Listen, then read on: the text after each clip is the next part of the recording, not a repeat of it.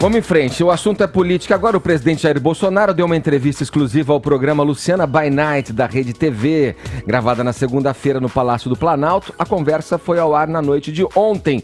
Vini, vamos para os destaques desse papo aí. O que Luciana falou com o Bolsonaro? Vamos lá, Edgar. Essa entrevista que foi vista, Ed, até como um gesto de gratidão do Bolsonaro. Uma retribuição, né? Por tantas participações que ele já fez no programa da Luciana, principalmente no Super Pop.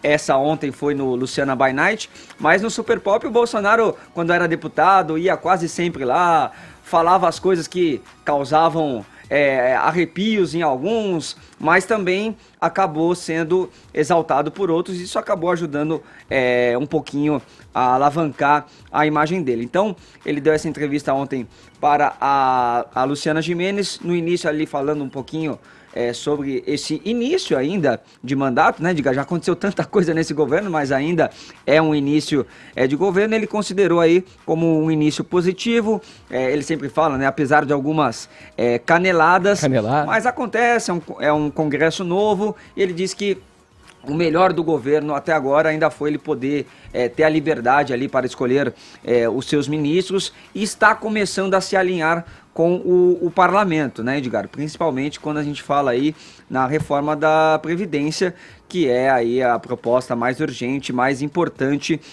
para o governo. E ontem ele foi um pouco até mais incisivo em falar da reforma, diz que é a grande oportunidade aí de salvar o Brasil, que se não fizer isso não vai ter dinheiro nem para pagar as aposentadorias futuras, nem os servidores atuais. Os estados vão quebrar, como alguns já estão quebrados. E o mais importante, Edgar, ele acredita que já tem os votos suficientes para poder aprovar essa reforma no parlamento. Ele só espera que ela não seja muito alterada, né? A gente sabe que uma coisa ou outra vai se mexer, né? Sim. Mas ele espera que a reforma não seja totalmente mudada ali pelos deputados. Fala um pouquinho sobre educação também, sobre essa polêmica toda que está rolando, sobre o corte na educação, dizendo que não é corte na educação, e sim no ensino superior para ir para o ensino básico, né? Aquela coisa toda. Falou novamente de mudar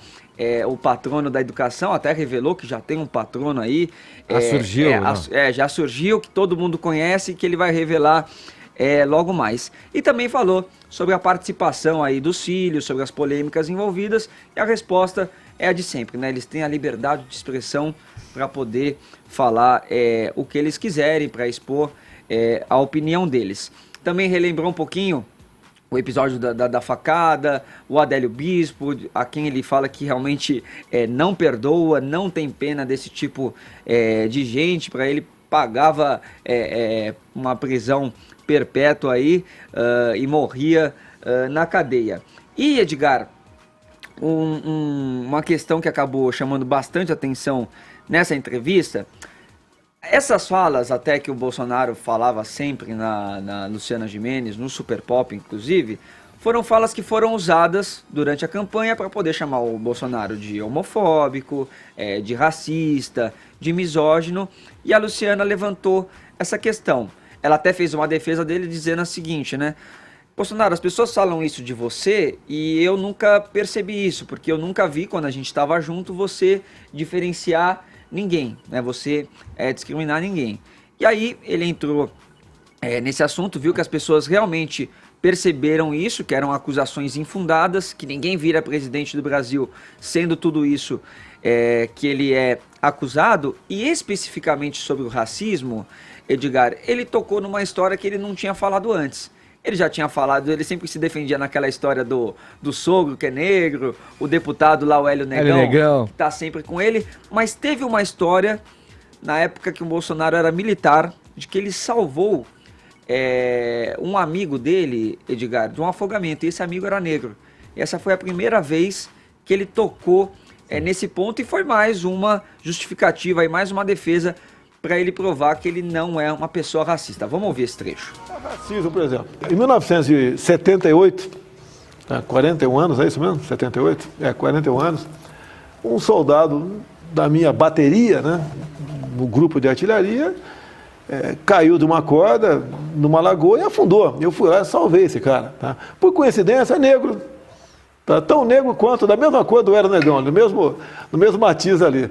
E por causa desse ato meu, eu ganhei uma medalha do Exército Brasileiro chamada Pacificador com Palmas. Bonitinho. Porque é quem arrisca a sua vida por terceiros. Então, se eu fosse racista, o negão caiu dentro d'água, eu ia fazer o quê? Ia cruzar os braços, entrei lá. Na segunda vez que mergulhei, consegui trazer o negão do fundo da lagoa, é meu amigo até hoje, né? E o Exército reconhece a gente por esse momento. E a questão... Mas de racismo, não é, no Brasil é coisa rara o racismo. Isso não cola Tenta muito. o tempo todo jogar negro contra branco, eu amo contra hétero, E vem cá, aqui pai também vai ter contra muito filho. branco, né? Todo isso, mundo... ó, desculpa o linguajar do presidente da República, isso já encheu o saco, Luciano. chato. Encheu o saco. Chato. E aí até a Luciana questionou ele, porque essa história, Edgar, na verdade, ela até já era até de conhecimento, mas na campanha o Bolsonaro não tinha falado. Né? Então, não sei se vocês entenderam aqui aquela hora que eu falei que é uma história inédita, porque, na verdade, na campanha o Bolsonaro não falava sobre isso. Ele falava sobre o sogro, falava sobre o Hélio Negão, mas essa história ele não utilizava. E a Luciana até questionou, por que você não falou isso durante a campanha? E ele respondeu que é porque achou que as pessoas iam achar que ele já estaria apelando ao mencionar essa história. Então, ele acabava falando outras coisas. E aí, pessoal? Eu acho que o Vini mandou muito bem aí, trazendo esse destaque das falas do presidente sobre racismo, porque nos permite fazer um grande serviço de utilidade pública, sabe, Edgar? A Constituição, ela prevê, né, no seu capítulo sobre direitos e garantias fundamentais, o artigo 5º, a igualdade de todos perante a lei, sem distinção de qualquer natureza, incluindo etnia e cor. A gente tem a Lei 7.716 de 89, que é a Lei Antirracismo, que também tipifica os crimes de discriminação racial. Portanto, além de uma vergonha, seria uma ilegalidade flagrante nós termos um presidente racista. E esse é, como bem colocado aí pela Luciana Gimenez, um dos estigmas colados no Jair Bolsonaro pelos seus opositores políticos, especialmente na corrida eleitoral. Acho que é muito importante a gente cravar a afirmação de que o presidente da República, Jair Bolsonaro, é racista, é mentirosa. Mentirosa. Ela remonta de uma edição manipulada do programa CQC, quando a mídia iniciou uma tentativa mal sucedida, inclusive, de assassinato de reputação do presidenciável mais à direita na corrida eleitoral. Se você pegar aqui, ó, vou pegar a matéria só do G1, só da Globo, que detesta o Bolsonaro. Ó, 2015, abre aspas, STF arquiva inquérito contra Bolsonaro por fala sobre Preta Gil. Aí continua. Procurador-Geral da República, Rodrigo Janot, registrou que a emissora não disponibilizou a íntegra da gravação da entrevista, mas somente sua versão editada. Aí, aspas para o próprio Janot. Não há, de fato, elementos que comprovem se a resposta possui relação com a pergunta realizada por Preta Gil. Com efeito, e não se pode negar, o termo utilizado, promiscuidade, não tem nada a ver com qualquer expressão que remeta à etnia ou raça. E sabe quem que arquivou esse inquérito contra o Bolsonaro? Justamente o ministro mais progressista do STF, Luiz Roberto Barroso. Aí teve um segundo momento em que se tentou colocar aí mais perto da corrida eleitoral a pecha de racista no Bolsonaro, foi aquela questão quilombola, também matéria do G1. STF rejeita a denúncia de racismo contra Jair Bolsonaro. A fala do presidente foi: eu fui num quilombo, o afrodescendente mais leve lá pesava 7 arrobas. É uma generalização gordofóbica, mas claramente assim com ânimos jocande, ou seja, o presidente fez graça, embora sem graça. Aí, olha o que falou o ministro Alexandre de Moraes, né, que é o carrasco da liberdade de expressão, que mandou censurar a revista Cruzoé e o antagonista, mas até ele reconheceu o seguinte, abre aspas, apesar da grosseria, apesar do erro, da vulgaridade, do desconhecimento das expressões, não me parece que a conduta do denunciado, Jair Bolsonaro, tenha extrapolado os limites da liberdade de expressão. Portanto, a própria justiça, a própria cúpula do judiciário, que também abomina o presidente, arquivou as denúncias porque elas eram falsas. Então é o seguinte, pessoal, não sejamos gado. A gente não pode sair por aí repetindo que o presidente é racista porque a gente ouviu falar, né? A gente atribui-se, na verdade, ao Joseph Goebbels aquela frase, né? Uma mentira contada mil vezes torna-se verdade. Então, a gente vai dar razão para o ministro da propaganda nazista? Melhor não. Quer falar, Paulinho? Não, só queria lembrar que a questão de você salvar a vida de uma pessoa que é negra Que bom, parabéns. Mas o racismo, ele não inclui apenas o desejo de matar ou que morra um negro, né? É uma coisa estrutural, tem outros pontos aí, muito mais subjetivos que isso, e que não implicam só na questão, eu salvei um negro, eu não sou racista, só isso. E é importante lembrar que ele também já falou sobre cotas raciais, e quando ele falou sobre cotas raciais, ele fez questão de dizer que não entraria em um avião pilotado por um cotista ou aceitaria ser operado por um médico cotista. Só uma informação extra, já que a gente está falando da entrevista para a Luciana Gimenez, o governo federal, segundo a Bela Megali, colunista do jornal O Globo, lá do Rio de Janeiro, contratou o Ratinho e a Luciana Gimenez para fazerem propaganda da reforma da Previdência. Então, nos programas de ambos os apresentadores, vai haver propaganda da reforma da Previdência paga pelo governo.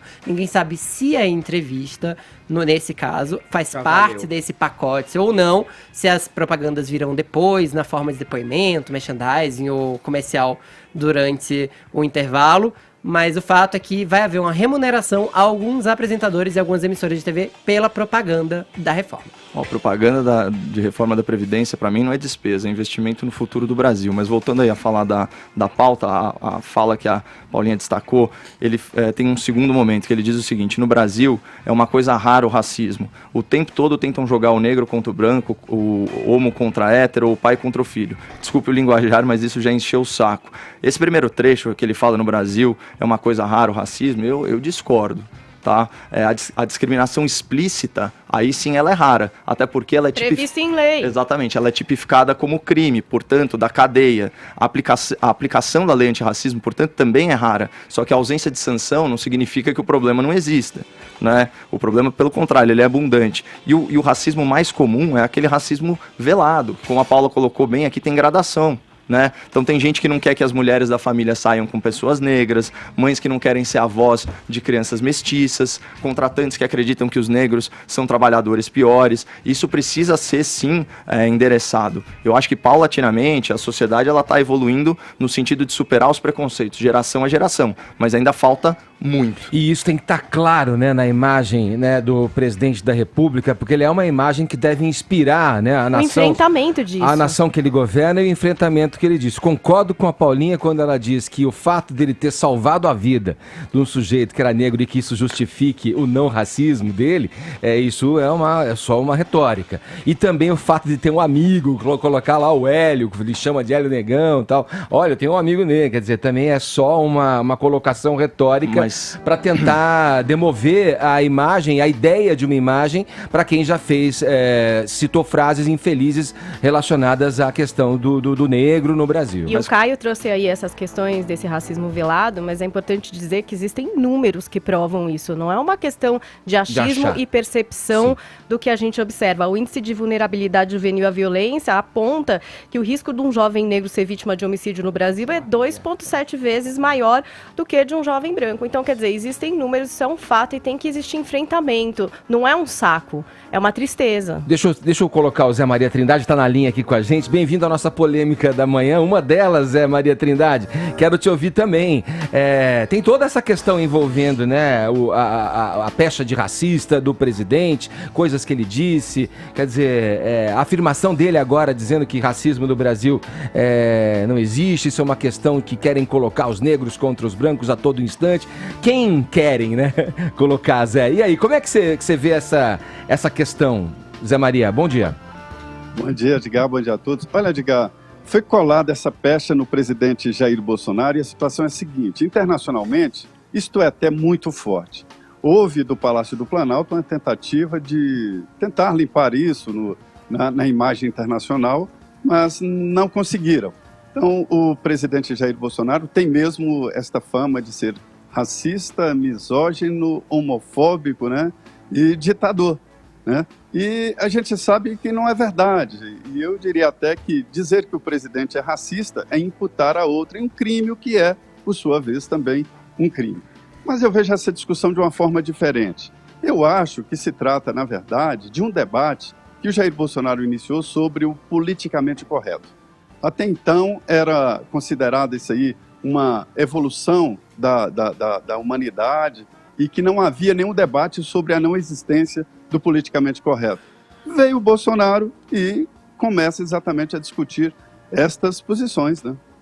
Certo. O Caio queria complementar uma fala da... É que, na verdade, é sobre o segundo trecho, né? Quando o presidente falou, né? Isso já encheu o saco. Eu acho que ele estava se referindo a esse trecho aqui, ó. O tempo todo tentam jogar o negro contra o branco, o homo contra hétero, ou o pai contra filho. Desculpa o linguajar, mas isso já encheu o saco. Ele está corretíssimo, porque esse é o modus operandi da política identitária progressista. Você aplica a lógica marxista da luta de classe, dos opressores versus oprimidos, você coloca toda essa dialética aos diferentes segmentos sociais, você cria subgrupos, aí você vitimiza alguns deles para explorá-los politicamente. Então, eu acho que nesse caso o palavreado presidencial está correto, isso já encheu o saco mesmo. Agora não podemos fingir que isso não exista, né, Zé? É um problema estrutural no Brasil, né, a questão. Não podemos fingir que isso também, não existe porque o presidente falou que, né, estão querendo, é uma conspiração para colocar um contra o outro, né?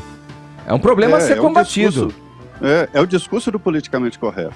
Eu acho que a própria história contada pelo presidente Jair Bolsonaro já demonstra que ele vê com diferença. Se ele tivesse simplesmente salvado uma pessoa durante um treinamento militar, ele salvou uma pessoa, não interessa se é branco ou negro, louro, né? Ali, ele, na cabeça dele, ele diferencia. Então, a própria história mostra que há uma diferença. O racismo, que é diferente quando ele é explícito, ele é punível. E concordo plenamente de que existe mesmo diferença entre negros e brancos na hora de contratar, na hora de namorar, e não me venha dizer que tem um amigo e tal, e é isso que tem que ser varrido. Mas eu te digo que isso é uma questão de tempo, e muito tempo. A humanidade tem só 20 milhões de anos de existência, então ainda teremos mais milhões para progredir, né? Valeu, Zé. Obrigado pelo papo, pelas informações. Bom trabalho aí, meu camarada. Muito bem, obrigado. Bom dia.